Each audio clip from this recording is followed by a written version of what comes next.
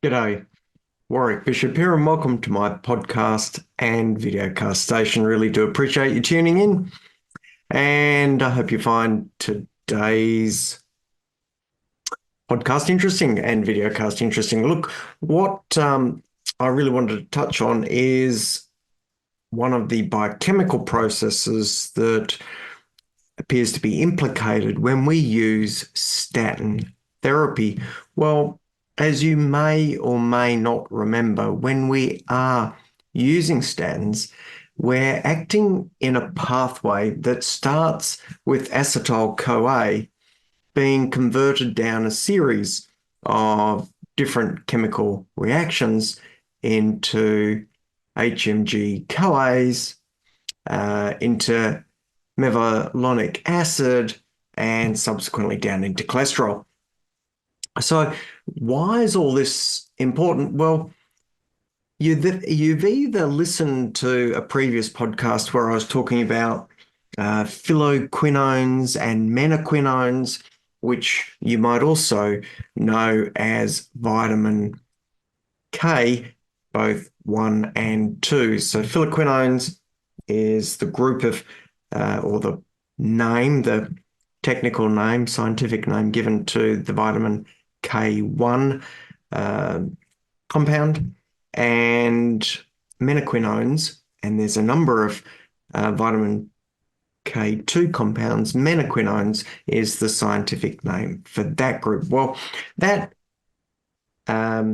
suffix, not prefix, suffix, so the word ends in quinone. You may have heard that quinone before. That term quinone you may have heard in relation to something called ubiquinone. Ubiquinone.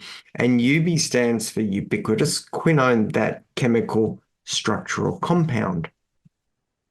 Ubiquinone actually has another name, and you might know it by that. Ubiquinone's other name is coenzyme Q10. And we know coenzyme Q10 is very important in the processes within the cell. In particular, it's extremely important in energy formation because coenzyme Q10 is indeed the agent, or one of the agents, in the electron transfer pathway that occurs within the mitochondria. So if we look upstream, we see acetyl-CoA become HMG-CoA, become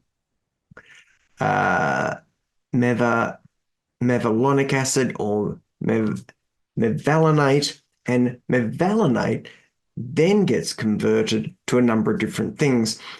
Through a number of intermediaries, it can end up as menaquinone, or that vitamin K2 compound I was alluding to before, but it can also end up as ubiquinone or coenzyme Q10.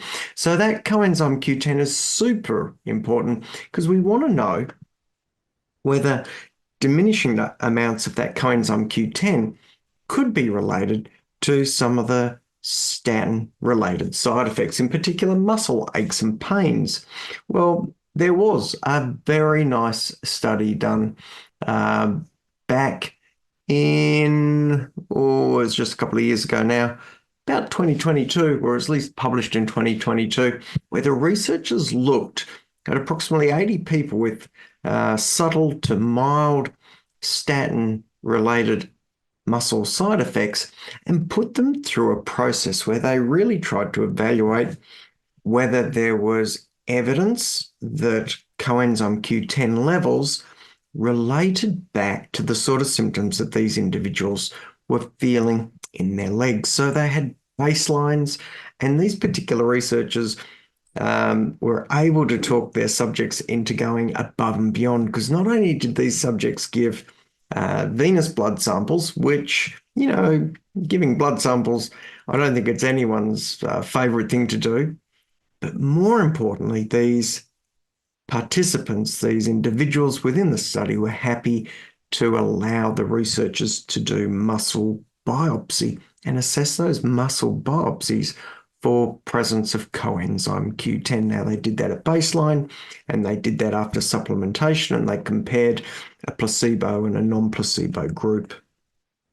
So you would think this would give them really good information to understand whether coenzyme Q10 levels, firstly, related to statin related muscular symptoms, and two, whether altering or providing supplementation could alter either plasma or tissue levels. Well,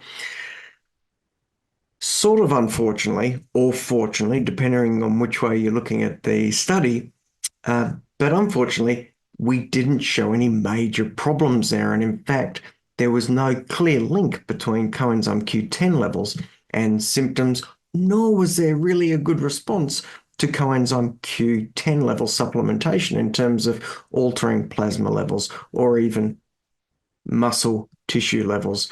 So this particular study really, which looks like it was very well done and really a very beneficial study in trying to give us some information, didn't give us significant insight into either coenzyme Q10 being implicated in statin-related muscular symptoms, nor that supplementation with coenzyme Q10 would make much of a difference to those levels. Now, I think one still has to be aware that these are generalizations, and that in an individual patient, there could be a circumstance where it's probably worth a try of coenzyme Q10 if someone has muscle aches and pains to see if in that individual it could make a difference. So my own practice in this space is to open the door to people to consider coenzyme Q10 supplementation if they're on statin therapy. It may be beneficial, and certainly if they notice a personal benefit, then why wouldn't you do it? But the data's not there to support it. What is interesting, though, is that we do have on the horizon a new agent called bempedoic acid, which works essentially through the same enzymatic pathway, but higher upstream. So after acetyl-CoA, bempedoic acid works at ATP citrate lyase, blocking acetyl-CoA to HMG and mevalonic acid and so forth. So going upstream, not altering HMG-CoAs, probably would still have an impact, a significant impact on mevalonic acid or mevalonate. But really importantly, bempedoic acid doesn't go right through the body. Its action is only in the liver. So for people who might get aches and pains from diminished coenzyme Q10 within the muscles as a consequence of statin therapy, if that were unique to them and that was their individual response, then bempedoic acid, which is not far away from our therapeutic armamentarium, could offer a solution. Well, there you go. I hope you found that little spiel on the biochemistry of statins, coenzyme Q10 or ubiquinone, and even bempedoic acid interesting. If you do have any queries or questions, please feel free to drop me a note at info@drwarrickbishop.online. Always interested to hear people's feedback. And if you've got any suggestions for any future podcasts, please let me know. I'm always open to that as well. Till next time, of course, I do hope you live as well as possible for as long as possible. Take care, and bye for now.